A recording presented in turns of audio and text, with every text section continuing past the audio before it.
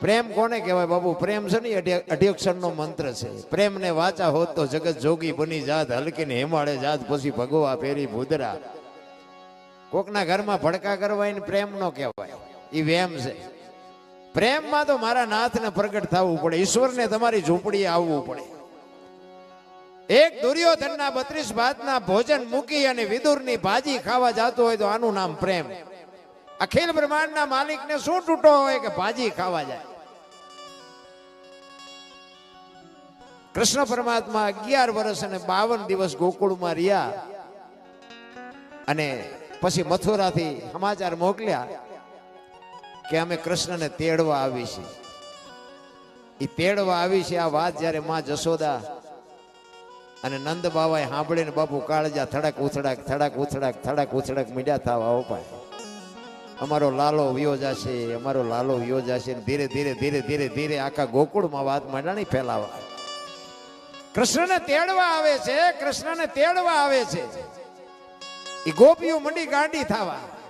ગાયું ખડ નથી ખાતી, કૂતરા ભાવવા મંડી ગયા, રોટલો નથી ખાતા. બાપુ પ્રેમ કેવડો કર્યો છે. અને અહીંથી વસુદેવે કીધું કે હું અક્રૂરને રથ લઈને મોકલું છું, કૃષ્ણને મોકલી દેજો. અને રથ અહીંયાથી રવાના થઈ ગયો અને માને ખબર પડી કે રથ નીકળી ગયો ગોકુળ મથુરામાંથી ગોકુળ આવવા માટે. માને એમ થયું કે ભારે કરી, હવે હું કરું? કૃષ્ણને મનાવે છે, કૃષ્ણ તું મથુરા જઈને અમને ભૂલી તો નહીં જાને, મથુરા જઈને ભૂલી તો નહીં જાને? કે માં નહીં ભૂલું. એ કે મેં તને માર્યો તો, મેં તને હેરાન કર્યો તો એવું તું તારી માને કહેતો નહીં. એ કે માં પણ નહીં કહું, તું શું કામ આમ કરસ? એ કે મેં તને ખાનડિયા હારે બાંધી દીધું તો એ તો તું કહેતી જ ને, કહેતો જ નહીં. એ કે માં હું કાંઈ નહીં કહું, તું શું કામ આટલી બધી ચિંતા કરસ? માં જશોદાને એમ થયું કે મારો પ્રાણ જાય છે. બાપુ કેટલો પ્રેમ કર્યો છે આખા ગોકુળમાં. બાપુ સોપો પડી ગયો અને રથ આવીને ઉભો રહ્યો. અને કૃષ્ણને જ્યારે વિદાય આપવાની થઈને બાપુ આખી ગોકુળમાં હાહાકાર થઈ ગયો. કૃષ્ણ જાય છે, કૃષ્ણ જાય છે, કૃષ્ણ જાય છે. ગોપીઓ ગાંડી થઈ ગઈ ભાઈ. ગાયો આડી મંડી પડવા બાપુ, ગાયો આડી ફરવા મંડી, રથની આડી ગાડી ગાયો ફરવા મંડી. ગોકુળના ગોવાળિયા બાપુ ચોધાર આંસુએ રડે છે. કૃષ્ણ અમને મૂકીને જામાં, કૃષ્ણ અમને મૂકીને જામાં. શું પ્રેમ કર્યો હોય છે ભલામણ. આપણો પ્રેમ તો બધો મતલબનો હોય. આપણા બૈરા હોય, લગ્ન કરે ત્યારે તમે જુઓ તો એમનો જે પ્રેમ હોય તો આપણને એમ થાય કે આ તો આખી જિંદગી હાલશે. અને 4 મહિના પછી તો બટા જટી બોલે અને બીજા 100 મહિના થાય ને ત્યાં તો બજાર સુધી આવે, પછી ઝાપે પોગે ઠેઠ. આપણને એમ થાય ઓલો પ્રેમ તો ચા ઢોળી ગયો, ખબર જ ન રહી. પ્રેમ તો પ્રેમ હોય મારા રામ. પ્રેમમાં તો મારા નાથને બાપુ નરસિંહ મહેતાના 52 કામ કર્યા પ્રેમમાં. વિચાર કરજો તમે. રાધાજીને ખબર પડી ને કે કૃષ્ણ જાય છે, એટલે રાધાજીને એમ થયું કે હવે મારે દોડે ભેગું નહીં થાય, પણ હું પાદરી ચાપે ઊભી રહું. નીકળશે તો ગેટે થઈને. અને અહીંયા બાપુ રાધાજી આવીને ઊભા છે અને રથ અહીંયાથી નીકળ્યો. અક્રૂર રથ લઈને નીકળ્યા અહીંયાથી. અને કૃષ્ણની નજર આમ રાધા ઉપર ગઈ ને, રાધાની આંખમાંથી જળજળી આવી ગયા. ભાઈ કઈ બોલ્યા નથી. કૃષ્ણ એની સામું જોવે છે, રથને ઉભો રખાયો, અને રાધાજી કૃષ્ણની સામું જોવે છે. પણ પ્રેમ એને કહેવાય બાપુ, બોલવું ન પડે. તમારી વાત દ્રષ્ટિ કરી લે, આંખ વાત કરી લે. રાધાજી કૃષ્ણને આંખથી કહે છે કે કૃષ્ણ હવે હું ક્યાં જાઉં? તે ગમે ને ગમે આશ્વાસન આપ્યું હોય, તે જેને જે કીધું હોય, પણ હું તને કહું છું કે હવે હું તારા વગર ક્યાં જઈશ? અને કૃષ્ણ બોલ્યા વગરનો બાપુ એને રાધાજીને કહે છે કે આખી દુનિયામાં આ ધરતી ને આકાશ રહેશે ને, મારું નામ આખી દુનિયા ભલે લે, પણ પેલા તારું નામ ને પછી મારું નામ હું તને કાયમની માટે ભેગી રાખીશ. એટલે આજે દુનિયા બાપુ રાધા કૃષ્ણ બોલે છે. આને પ્રેમ કહેવાય. ઘરનું બૈરું તો રૂક્ષ્મણી હતા. રૂક્ષ્મણી કૃષ્ણ નથી કોઈ બોલતું, રાધા કૃષ્ણ બોલવું પડે છે. એને પ્રેમ કર્યો કહેવાય. જગત ગમે એ વિચારે, ગમે એ વાત કરે, બાકી વાત જ બાપુ આખી કઈક જુદી હોય છે. દુનિયા વાર્તા એવું કરી જુદી નાખે છે. મથુરામાં આવ્યા પછી માં કૃષ્ણને જમવા બેહાડે અને ભાણામાં ગોરસ પુરુષોને અને થાળીને ઠેબુ મારીને અખિલ બ્રહ્માંડનો માલિક ઉભો થઈ ગયો અને ઉપલા માળમાં જઈને ધ્રુસકા મૂકીને પ્રભુ રડવા મળી ગયા. ઓધવને કહે છે કે જાતો ઓધવ, આ કૃષ્ણ કેમ જેમાં વગરનો વિયો ગયો? ઉપરના માળમાં જઈને જોયું, કૃષ્ણ ધ્રુસકા મૂકીને રડતો તો. કીધું લાલા શું કામ રોવસ? ત્યારે કૃષ્ણ કહે છે કે મારી માને તમે કહેજો કે મારા ભાણામાં કોઈ દી ગોરસ ન પીરસે. મને ચટણી રોટલો દે ને તો હું ખાઈ લઈશ, પણ ગોરસ મને પીરસે ને એ ગોરસમાં મને ગોકુળ દેખાય છે, ગોકુળની ગાયો દેખાય છે, ગોકુળનો પ્રેમ દેખાય છે. હું ગોરસ ગળા હેઠું મારથી ઉતરે જ નહીં. મારી માને કહેજો મારા ભાણામાં ખાલી ચટણી રોટલો હશે તો હું ખાઈ લઈશ, પણ ગોરસ કોઈ દી ન પીરસે, એટલું મારી માને કહેજો. એટલે ઓધવને એમ થયું કે હારો આ ગોકુળમાં આને આટલો બધો પ્રેમ કરતા છે. એટલે એને એમ થયું કે એકવાર મારે જોવા જવું છે ગોકુળમાં, અને કેટલાક જણા યાદ કરે છે. અને ગોકુળમાં ગયા અને તે ગેટની અંદર ગયા. 2-3 ગોપીઓ પાણી ભરવા માટે આવતી હતી. એટલે ઓધવજીએ પૂછ્યું કે મારે નંદ બાબાના નેહડે જવું છે, ક્યાંથી જવાય? એ કે ક્યાંથી આવ્યા? એ કે મથુરાથી. કે તો ઓલા કાળિયા મોકલ્યા છે. તો કે હા. તો કે સરનામું નથી દેવું. ઓધવ આગળ હાલ્યા. 2-3 દીકરીઓ ધૂળમાં ચિત્ર બનાવતી હતી. ચિત્ર બનાવતી હતી. અહીંયા ઓધવ આવીને ઉભા રહ્યા. આમ જોયું ને કૃષ્ણનું ચિત્ર બનાવતા હતા. વાંકડિયા વાળ ને હાથમાં વાંસળી, મોરપીંછ, પગ, માફ કરજો, હાથ અને આખું શરીર બનાવ્યું, પગ નો બનાવ્યું. અને દીકરીઓ હાલતી થઈ ને પછી ઓધવે કીધું કે આ ચિત્ર પૂરું તો કરો, પગ તો બનાવ્યા નથી. તો કે પગ હતો એટલે જ ભાગી ગયો, પગ નથી બનાવાય. ત્યારે એને એમ થયું કે આ ચિત્ર ઉપર આમને આટલો ભરોસો છે તો જીવતા કૃષ્ણને આમને કેટલો પ્રેમ કર્યો છે. આગળ જાય છે. એક ભાઈને પૂછે છે કે મારે નંદ બાવાના નેહડે જવું છે, ક્યાંથી જવાય? એ કે આ પાણીનો ધોરિયો હાલ્યો આવે ને ધોરીએ ધોરીએ જાજો, પણ એ કે અમારી ગોકુળની ગંગા છે ઓયમાં. એ કે પગ નો બોલતા. એ કે ગોકુળની ગંગા અહીંયા ક્યાંથી? એ કે કૃષ્ણ અહીંથી ગયા ને તેદુની ગોકુળની ગાયો રોવે છે, ગોકુળના ગોવાળિયા રોવે છે, નંદ બાવાનો રેહડો રોવે છે, માં જશોદા રોવે છે, નંદ બાવા રોવે છે, ને એના આહુડા ભેગા થઈને આ ધોરીઓ હાલ્યો જાય છે, અમારી ગોકુળની ગંગા છે. અને ભાઈ ઓધવને એમ થયું કે આ નંદ બાવાના નેહડે હું જઈ ન શકું, ત્યાં તો કેવું ચિત્ર છે. અને ત્યાં ભગો ચારણ એમને મળ્યા. અને ચારણ કહે છે ક્યાંથી આવ્યો છો? તો કે ગોકુળ મથુરાથી આવું છું. તો કૃષ્ણ અહીંયા છે ને? તો કે હા. અને એ વખતે બાપુ ભગો ચારણ એને ભલામણ કરે છે કે મારા વાલાને થોડુંક કહેજો કે અહીંયા આખું ગામ ગાંડું કરીને તું વિયો ગયો. એટલે એને ગોકુળ એ ચારણ કહે છે એવો ધવજી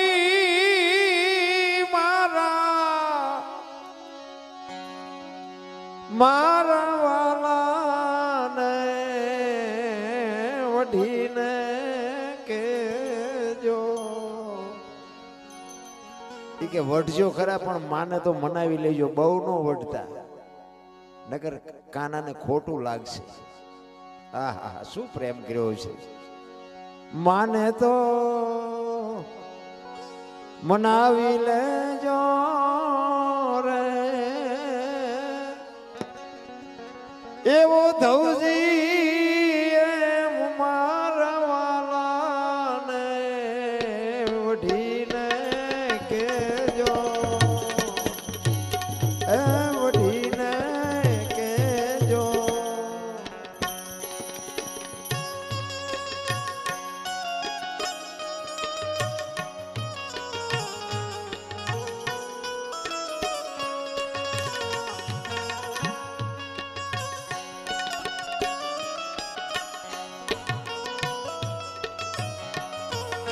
પરમાત્મા એકવાર નારદજી બાપુ વસ્તીમાં વિચરવા માટે નીકળ્યા. મારે રતનબેનની ફરમાઈશ લેવી છે. નારદજી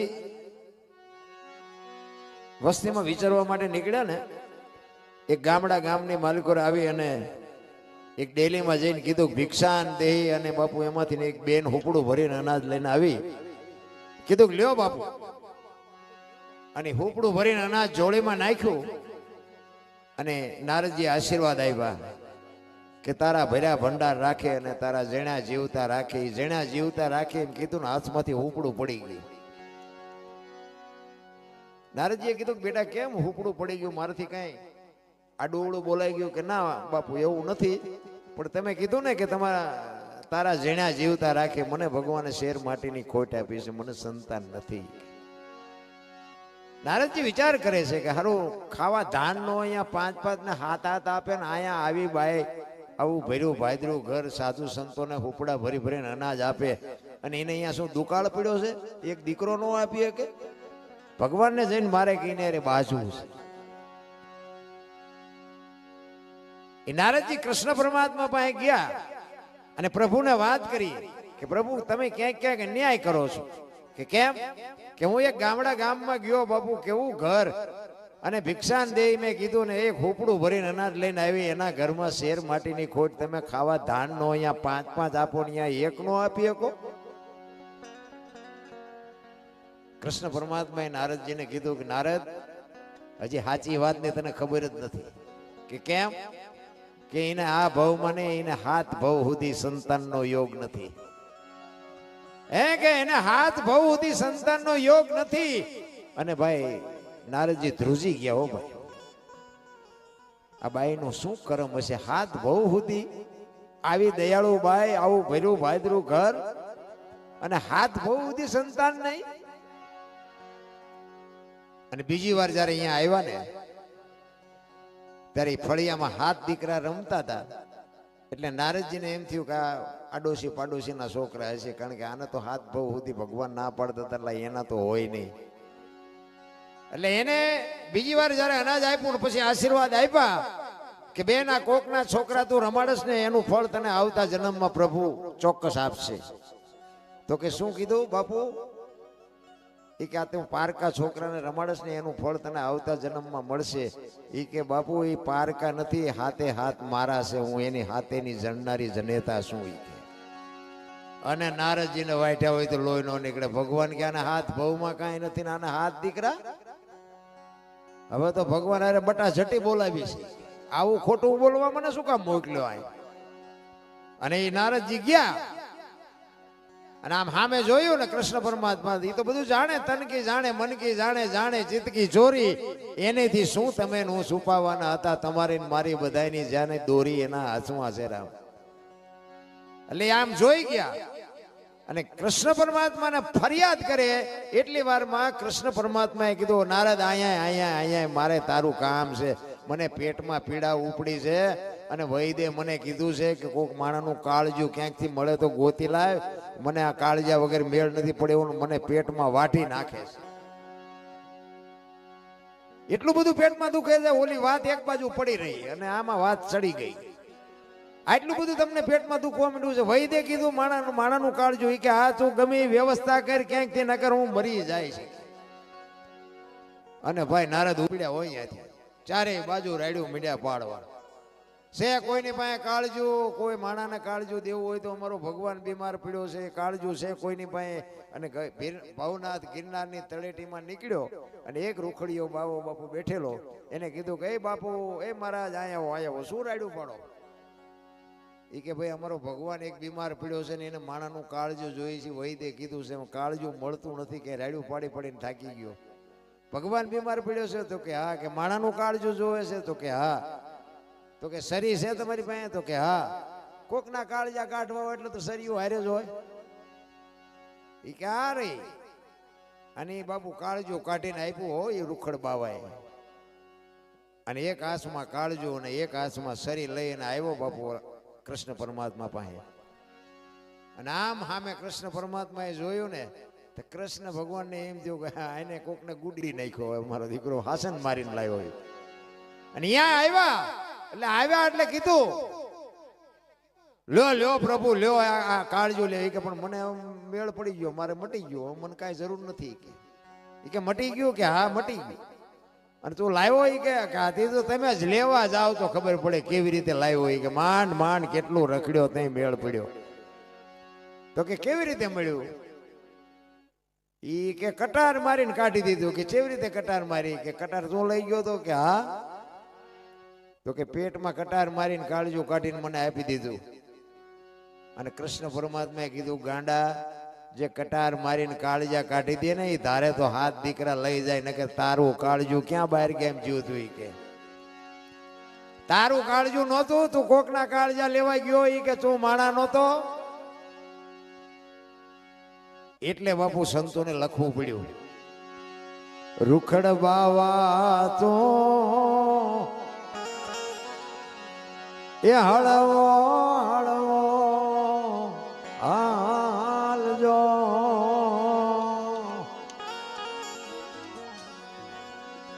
ગરવાને માથે રે રૂખડીજો જણુબિયો એવો, ગરવાની માથે રે રૂખડીજો જણુબિયો.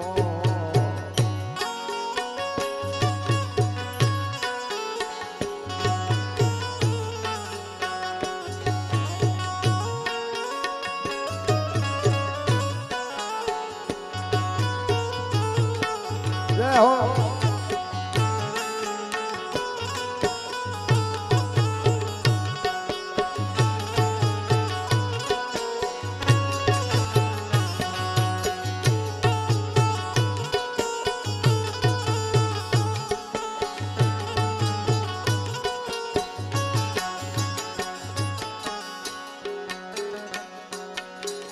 જેમ ઝાડું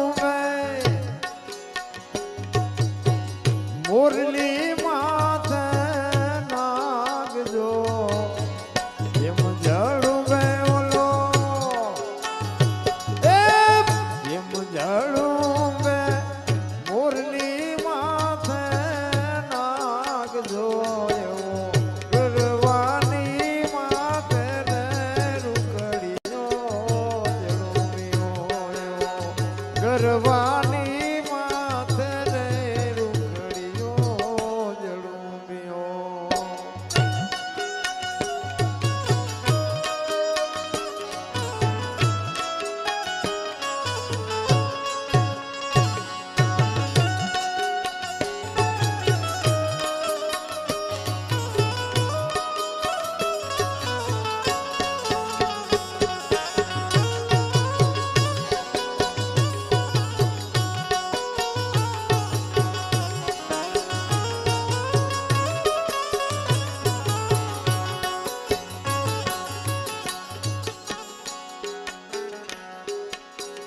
જેમ ઝાડું ઓલો ધરતી માથે આપજો, જેમ ઝાડું જેમ ઝાડું ઓલો ધરતી માથે આપજો, એવો ગરવાની માથે રે રૂખડીજો જણુબિયો, ગરવાની માથે રે રૂખડીયો જણુબિયો.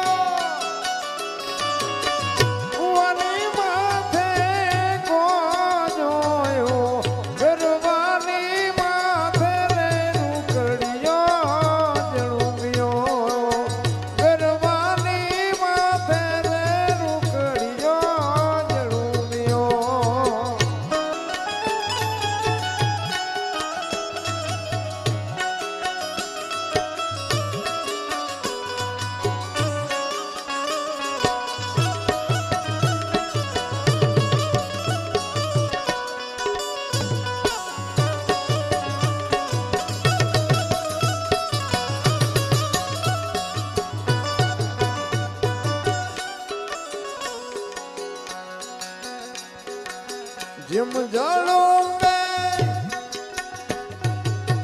રાધા માથે કાનજો જેમ જળો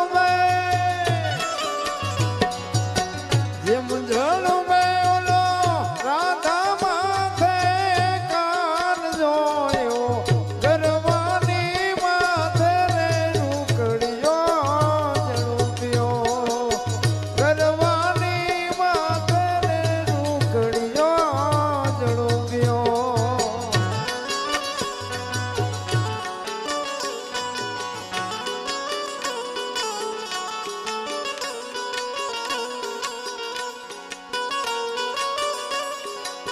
વાહ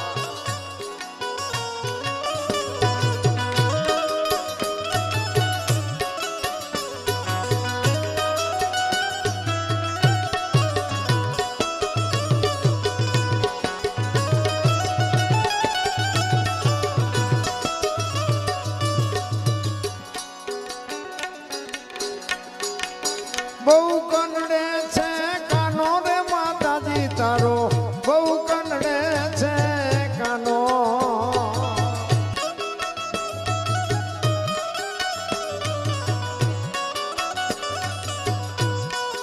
એ બહુ કનડે છે કાનો રે માતાજી તારો બહુ કનડે છે કાનો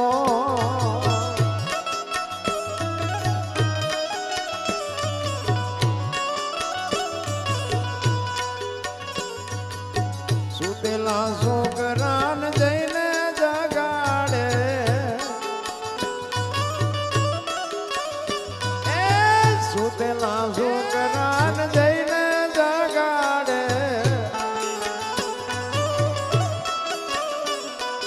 એ ચૂંટિયા ભરે સાનો માનો રે માતાજી તારો બહુ કનડે છે કાનો સુતેલા છોકરાને જઈને જગાડે માડી બહુ કનડે છે કાનો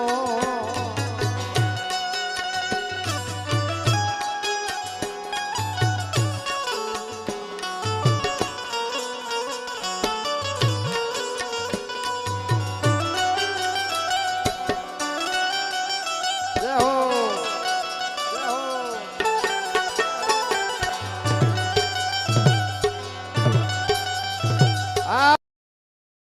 આ બેજો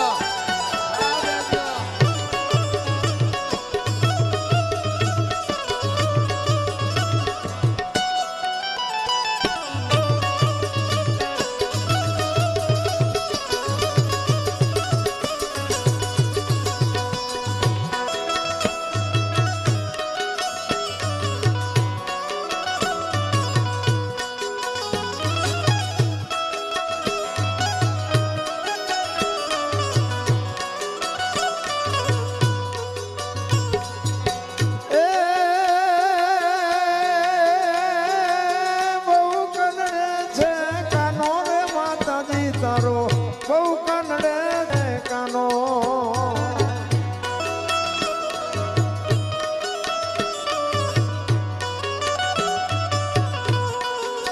માણા દેખીને મારી કરે છે ઈ મસ્કરી એ માણા દેખીને ઈ તું કરે છે ઈ મસ્કરી એ આવો સ્વભાવ છું એનો રે માતાજી તારો બહુ કનડે છે કાનો એ આવો સ્વભાવ છું એનો રે માતા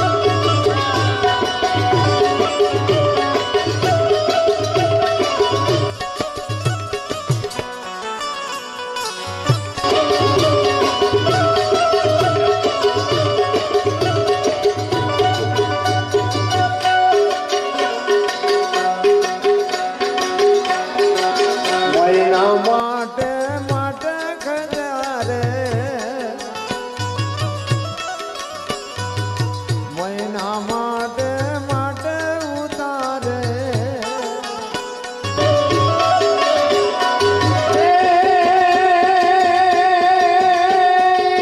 હવે નથી કઈ નાનો રે માતાજી તારો બહુ કનડે